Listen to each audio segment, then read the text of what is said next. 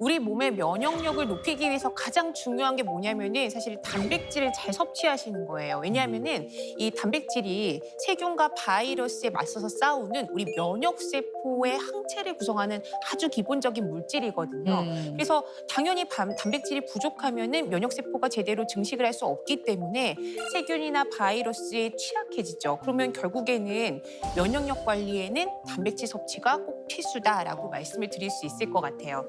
그런데 이 흑염소에 단백질 함량이 굉장히 풍부하고 또 지방의 함량은 굉장히 낮은 대표적인 고단백 저지방 식품으로 이 면역력 관리에 도움을 준다고 알려져 있습니다. 좋네요. 실제로 흑염소의 함량을 비교해 보면은요, 단백질의 함량은 소고기랑 같아요. 근데 지방 함량은 소고기의 6분의 1밖에 되지 않습니다. 그럼 너무 좋은 거 아니에요? 네. 그렇죠.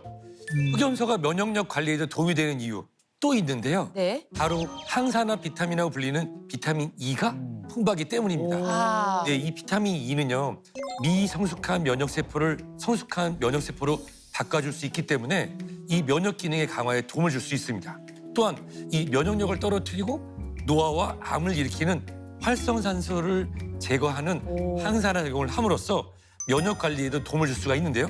실제로 이런 활성산소를 제거하는 항산화 반응 촉진 능력을 비교해 봤거든요. 네. 흑염소는 양고기보다 그 능력이 10배 이상 높다는 오. 연구 결과도 있습니다. 와. 야, 이 염소가 그냥 여성분들한테 뭐 그러게 말이에요. 사람들에게 좋다 이런 얘기를 얼핏 네, 네, 들었는데 네.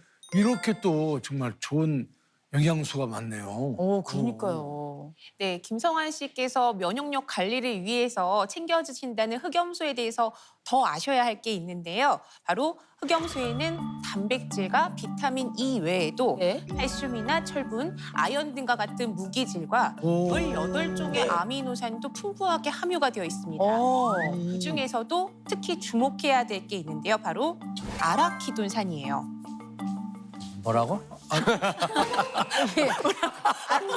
그거? 알아? 알아는 알았어요. 일단. 네, 알아. 그걸 어떻게 알아? 선생님 다시 한번 설명해 주세요. 알아라니까. 알아니까 알은데니까. 생소하시죠? 우리 많이 네. 들었던 영양소가 아니잖아요. 흑염소의 핵심 성분인 아라키돈산입니다. 먹어야 돼, 저라. 아라키. 아라키돈산. 어렵다. 네, 이 아라키돈산이라고 하는 거는 이제 동물의 세포막을 만드는 불포화 지방산이에요. 이 흑염소의 핵심 성분으로 면역력 관리에 도움을 줄 수 있습니다.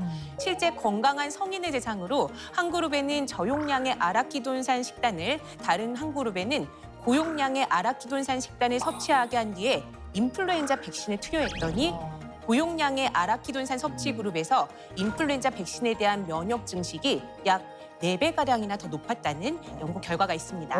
지금 말씀을 듣다 보니까 보통 우리가 감기 걸리면 왜 면역력 떨어진 거 아니니? 막 이렇게 물어보기도 하잖아요. 근데 이 흑염소에 들어있는 아라키돈산 써놓으니까 좋네요. 이게 면역 관리에 도움을 줄 수 있네요. 네, 우리 몸의 방어 시스템인 면역력은요, 노화가 진행되면서 점점 떨어지죠. 그렇기 때문에 우리는 면역력을 높여야지 건강을 지키고 신체의 노화도 막을 수가 있는데요. 실제로 연구에 따르면 이 흑염소의 핵심 성분인 아라키돈산이 염증을 감소시키고 또 신경세포 생성을 늘려서 노화를 예방하는 데 도움을 줄 수 있는 것으로 나타났습니다.